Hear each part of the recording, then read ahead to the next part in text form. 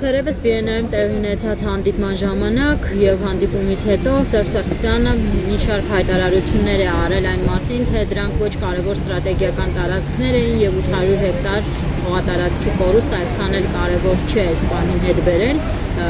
եւ նաեւ ՀՀԿ-ն շատ տարբեր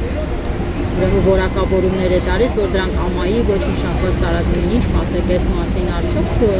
այդ տարածքները այդքան անմշակ են, որ արժե կորցնել եւ ընդհանրապես ջանք չխնայել, որպեսզի հետ բերեն։ Վիեննայի հանդիպումից հետո վերջապես Սերժ Սարգսյանը ընդունեց եւ նշեց այդ թիվը, թե ինչքան մենք տարածքային կորուստներ ենք ունեցել այդ 4-օրյա պատերազմում։ Մինչեւ այդ Հայաստանի իշխանությունները որևէ հստակ պատասխան չէին տալիս, թե ինչքան տարածք, ինչքան դիրք ենք մենք կորցրել։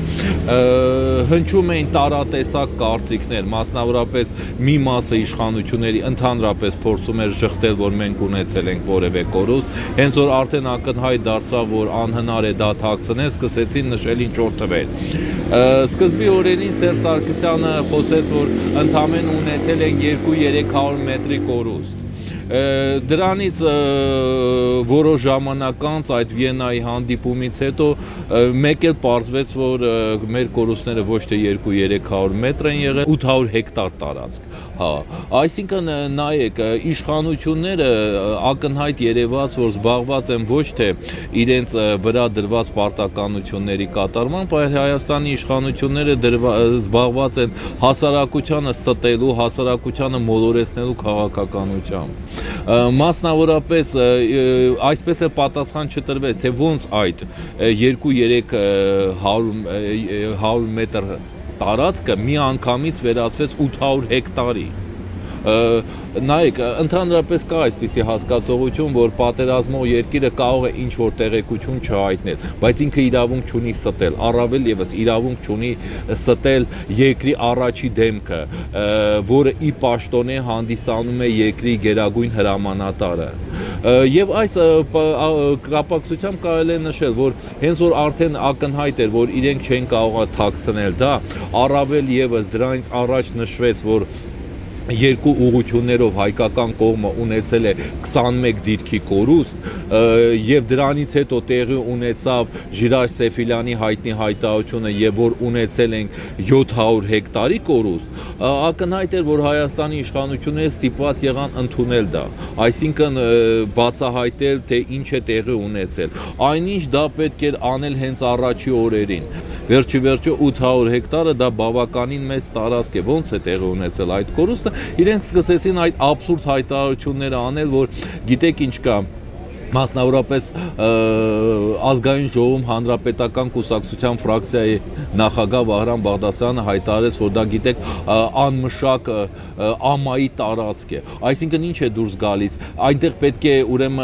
այդ տարածքում աճեցված լինեին թարսխիարներ, որպեսզի այդ տարածքը հանրապետական կուսակցության համար ստրատեգիական նշանակություն ունենար։ Տարածքի ստրատեգիական նշանակությունը չի որոշում նրա վրա ինչ որ բան աճում է, թե չի աճում։ Պարտադիր չի, որ դրա վրա ասենք Բադիրջան աճի, որպեսզի նա Հայաստանի իշխանությունների համար ձեռք բերի ստրատեգիական տարածք։ Նայեք, օրինակ Իսրայելի տարածքի մեծ մասը ինքը անմարդաբնակ ամայի տարածք է, կարելի ասել անապատ է, բայց Իսրայելը որևէ պարագայում չի գնա այդ անապատի անգամ 1 սանտիմետր զիջելուն։ Որովհետև բնակեցված, ոչ բնակեցված, ամայի, ոչ ամայի լինելով չէ, որ որոշվում է այդ տարածքի ստրատեգիական լինել կամ չլինելը։ Իսկ այն, որ այդ տարածքները ստրատեգիական են, ակնհայտ երևում է բազմաթիվ փաստերով, որ մասնավորապես այդ տարածքներից ավելի հեշտ հակառակորդը կարողանում է ուրեմն կրակի տակ պահել մի կողմից Մարտակերտը եւ շրջակա գյուղերը, իսկ մյուս կողմից կարողանում է կրակի տակ պահել Հադրութը եւ շրջակա բնակավայրերը։ Այսինքն ակնհայտ է, որ այդ տարածքները ունեն խիստ ստրատեգիական կարեւորություն։ Դրանից հետո Ուրեմն ցանկանում եմ նշել հետևյալ փաստը, նայեք, հենց որ Սերժ Սարգսյանը հայտարարում է, որ գիտեք ինչ կե, այդ չարժեր այդ տարածքների համար զոհել 30, 40, 80 զինվորի կյանք, ուզում ես հարց տալ, եթե այդ տարածքները չունեին այս ստրատեգիական նշանակությունը, ապա ինչու, օրինակ մասնավորապես ըստ արկա տեղեկատվության Արցախյան առաջի պատերազմի ժամանակ 1994 թվականի ուրեմն հունվար-փետրվար ամիսներին մասնավորապես այդ կորցված տարածքներից Լելե թեփեի բարձունքների համար հայկական կողմը տվել է մոտավորապես 400 զոհ եւ այս 4-օրյա պատերազմում էլ այդ տարածքները պահելու համար հայկական կողմը տվել է ավելի քան 100 զինվոր իր կյանքը տվել այդ տարածքների պաշտպանության համար։ Եթե այդ տարածքները չունեին այս ստրատեգիական նշանակություն, ապա ինչու էր 94 թվին այդ տարածքների համար տրվում այդ զոհերը։ Եթե այդ տարածքները չունեին այս ստրատեգիական նշանակությունը, ապա ինչու այնտեղ գտնվում հայկական բանակի պոստերը։ Միանգամից թող հայտարարվեր, որ սա չունեն այս ստրատեգիական նշանակությունը եւ միանգամից թող հանձնեին, չզոհաբերեին այդ զինվորների կյանքը։ Այսօր հայ զինվորը, որը կանգնած է սահմանի եւ պաշտպանում է սահմանը, ինքը չգիտի, որ տարածքներն են ստրատեգիական եւ որը ստրատեգիական չի։ Ինքը չունի որևէ երաշխիք, որ այսօր ինքը իր կյանքը չի խնայում ինչ որ տարածքի համար, վաղը Հայաստանի իշխանությունները կկանգնեն, կասեն, գիտեք ինչ, սա որևէ ստրատեգիական նշանակություն չուներ, պետք է հանձնել գնա։ Վերջի վերջո թող Հայաստանի իշխանությունները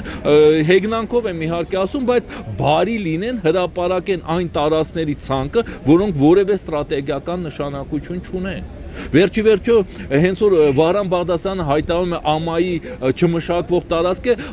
բուն Հայաստանի 70% այսօր իրանից ներկայացում է չմշակվող տարածք։ Կարող է վերջի վերջո մի օր հարց ծագի, որ եկեք գիտեք ինչ կա, եթե ինքը չի մշակվում, ուրեմն այս տարածքներն էլ կարելի է հանձնել։ Երկրի հետո վերջի վերջո գիտեք, երկրի տարածքը չի որոշվում։ Ինքը ԱՄԱ-ի է, թե ոչ ԱՄԱ-ի է, ինքը մշակվում է, թե չի մշակվում։ Այդ տարածքները հանդիսանում են Արցախի անքակտելի մասը։ Եվ ինքնենք հենց դրանով արդեն ունեն խիստ ստրատեգիական նշանակություն, անգամ եթե այդ տարածքների վրա մի հատ ուրեմն ռազմական պոստ չգտնվեր անգամ, արդեն իսկ ունեին իրանք, որովհետև իրենք հանդիսանում են երկրի անքակտելի մասը։ Ադրբեջանում իշխող Ալիևների գերդաստանը ինքը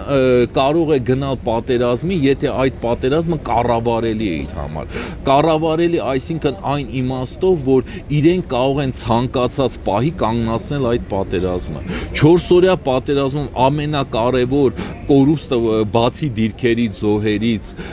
բարձունքների տարածքից, որ մենք ունեցանք, նա է,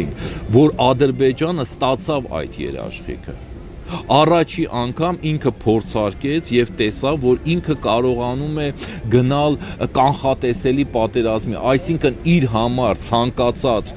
արդյունավետ պահին ինքը կարողանում է կանգնացնել այդ պատերազմը։ Իսկ սա ինչ է նշանակում, որ նշանակում է, որ ինքը սրանից հետո կգնա նոր պատերազմների, որովհետեւ կանխատեսելի պատերազմը որևէ ձևով չի սպառնում այդ գերդաստանին։ Գերդաստանը չէր գնա պատերազմի Ալիևների, եթե ինքը իմանար, որ այդ պատերազմի արդյունքները անկանխատեսել էին, որ հայկական կողմին անհնար է կանգնացնել, որ հայկական կողմը ինքը կորոշի, երբ գնա հրադադարի, երբ գնա պատերազմի, երբ գնա ցանկացած այս կամ այն գործողությունների։ Երբ որ 4-օրյա պատերազմում երկրորդ օրը հայկական կողմը հայտարարում է, որ մինչև բոլոր դիրքերը չվերականգնվեն, իրենք չեն գնա հրադադարի ու դրանից հետո պարզվում է հաջորդ օրը, որ Մոսկվայում Հայաստանի Գենշտաբի պետը գալիս է համաձայնության դադարեցնել, այսինքն հայկական կողմը իր խոսնել չի կատարում եւ Ադրբեջանը կարողանում է հասնել իր արդյունքին, պարտադրել կանխատեսելի պատերազմ, սա ամենամեծ կորուստն է, որովհետեւ սա նշանակում է, որ Ադրբեջանը ունենալով այս արդյունքը, հասկանալով, որ ինքը այս իրավիճակը ապրոբացիա արեց եւ ստացավ իր ուզած իրավիճակը, նա կգնա նորանոր պատերազմների շատ ավելի արյունահեղ։ Խոսվել է նաև մեդիայում այն մասին, որ Խաչատուրովի Սանիկը, որը այդ զորամասում է եղել, հենց ինքն է ղեկավարել այդ օպերացիան եւ ունեցել ենք այդքան զոհ եւ այդ տարածքները, որ մեղմ ասած հանձնվել են, իր աշխատանքի արդյունքն է, անունները չի ապարակել, բայց նման ինֆորմացիա է պատկանում։ Ես փորձեմ ընդհանուր ասել, այն որ ցավոք սրտի հայկական բանակում այսօր տիրում են տարատեսակ ոչ առողջ իրավիճակներ եւ կան պաշտոնյաներ, հրամանատարներ, որ իրենց դիրքերում չեն գտնվում, իրենց աթոռում չեն գտնվում, դա հենց դա տարիներ շարունակել էր հայտնի, բայց ակնառու կերպով երևաց 4-օրյա պատերազմում։ 4-օրյա պատերազմը բացեց այդ բոլոր վերքերը, նա ցույց տվեց թե ինչ վիճակում է գտնվում եւ պետությունը եւ առավել եւս ցույց տվեց թե ինչ վիճակում է գտնվում բանակը, սպառազինությունները։ Սկզբից Հայաստանի իշխանությունները փորձեցին այդ ամենը հերքել, բայց դրանից հետո հենց որ տեղի ունեցան այդ հրաժարականների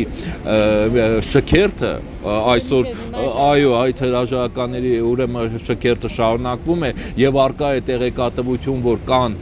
հարուցված նաեւ քրեական գործեր, սակայն դա ամեն կերպ կոծկվում է հասարակությունից, դա ցույց է տալիս, որ այո, բանակում եղել են այնպիսի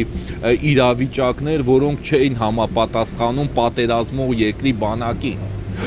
Մասնավորապես ստրատեգիական ոլորտի պաշտոնյաներ հեռացվեցին իրանց պաշտոններից։ Սա ինչ է նշանակում։ Սա նշանակում է, որ թերացել են իրենք։ Այլ հարց, որ Հայաստանի Հանրապետության իշխանությունները չունեն քաջություն մինչև վերջ հասարակությանը ցույց տալու այն պատկերը, որը տեղ է գտել բանակում։ Ինչու են իրանք դա խուսափում, որովհետև այդ ամբողջի թիվ 1 պատասխանատուն իրենք են հենց։ Բանակը ինքնուրույն դա չի գործել։ Այդ բանակում այդ իշխանության ներկայացուցիչների հովանավորչությունը, տարբեր հրամանատարական պաշտոններում իրենց քավոր սանիկներին, հորեղբայր բարեկամներին, սիրեկանների, տղաներին նշանակել հենց ցույց է տալիս,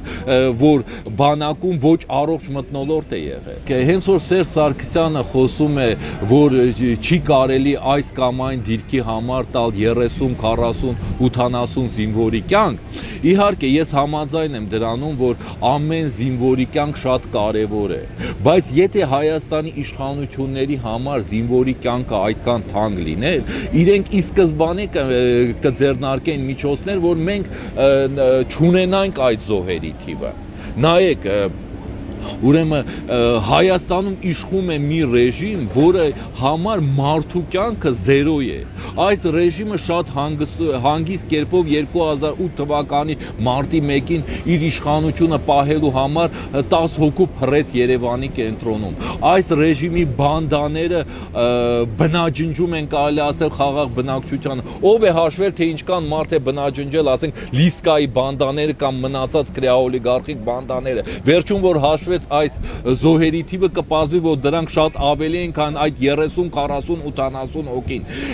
Այս ռեժիմի համար այդ ոչ մեկը նշանակություն չուներ այդ մարդկանց կյանքը։ Եթե իր համար շարքային զինվորի կյանքը նշանակություն ունենար, ինքը մենք գիտենք, որ Հայաստանի Հանրապետության զինված ուժերում խաղաղ պայմաններում տարեկան զոհվում են կամ ինքնասպանվում են տասնյակ երիտասարդներ, ապա ինքը ամեն ինչ կաներ, որ այդ զոհերի թիվը չլիներ։ Եթե իր համար զինվորի կյանքը իրականում նշանակություն ունենար, ապա ինքը սահմանը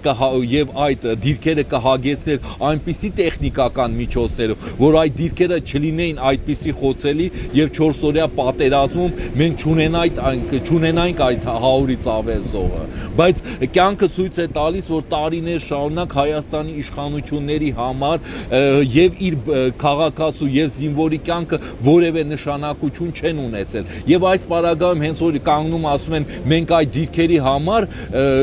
խնայել ենք այդ զինվորների կյանքը, դա ցինիկաբար է հնչում, որովհետեւ զավեշտալի է հնչում։ Բոլորի համար ակնհայտ է, թե ինչու իրանք չգնացին այդ դիրքերը հետ գրավելուն։ Իրենք չգնացին այդ դիրքերը հետ գրավելուն, որովհետև Ադրբեջանը կարողացավ Մոսկվայի միջոցով Հայաստանին պարտադրել իր կամքը։